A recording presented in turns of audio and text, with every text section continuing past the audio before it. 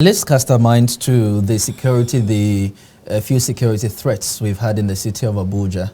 And of course, I don't know if you know to what extent people have been subjected to palpable fear, of going about their businesses because of the threats that have been issued by terrorists.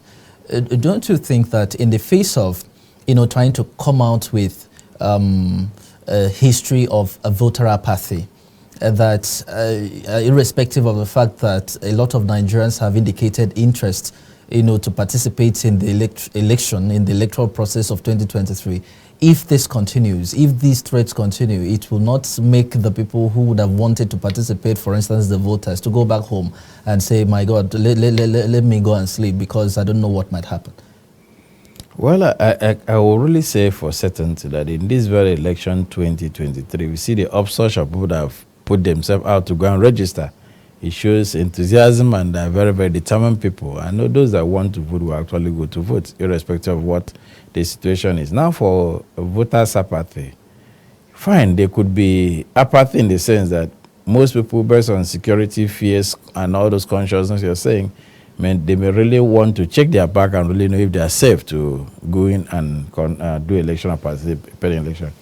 But general election before the 2019 general elections, even at the 2019 election, there were all these palpable fear that in the eastern part of Nigeria, there will not be any election. There were even official threat by the IPOP and most of these militia that are in the east. And they went on to the point that even when you are going to register for voters, there will be calamity, there will be disaster. So many things were happening. They were scattering people's businesses in the sense that you cannot take part in the election. There were war threats in the east. But you find out that during the election, what happened on that? Did you hear any incidents in the eastern part of Nigeria? None. People went in there, they voted. And people were wondering, all the threats that IPOP were giving, where are they? So it has also happened in the Borno state in the northeast in the days of Yusuf himself that was leading Boko Haram. There were threats, official threats. Don't go to vote if you go. So many things happened.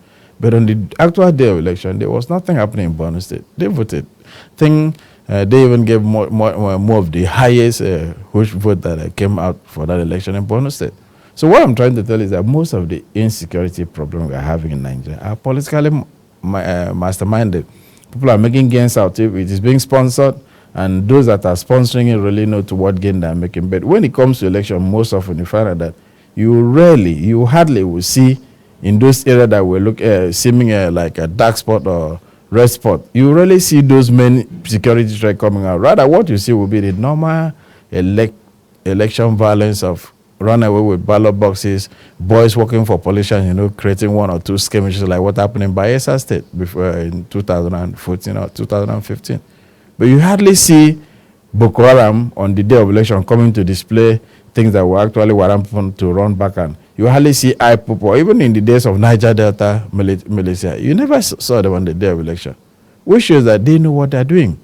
Let me also put this, most of these people that we call terrorists, to many other people, that are freedom fighters, they believe in them, they look up to them.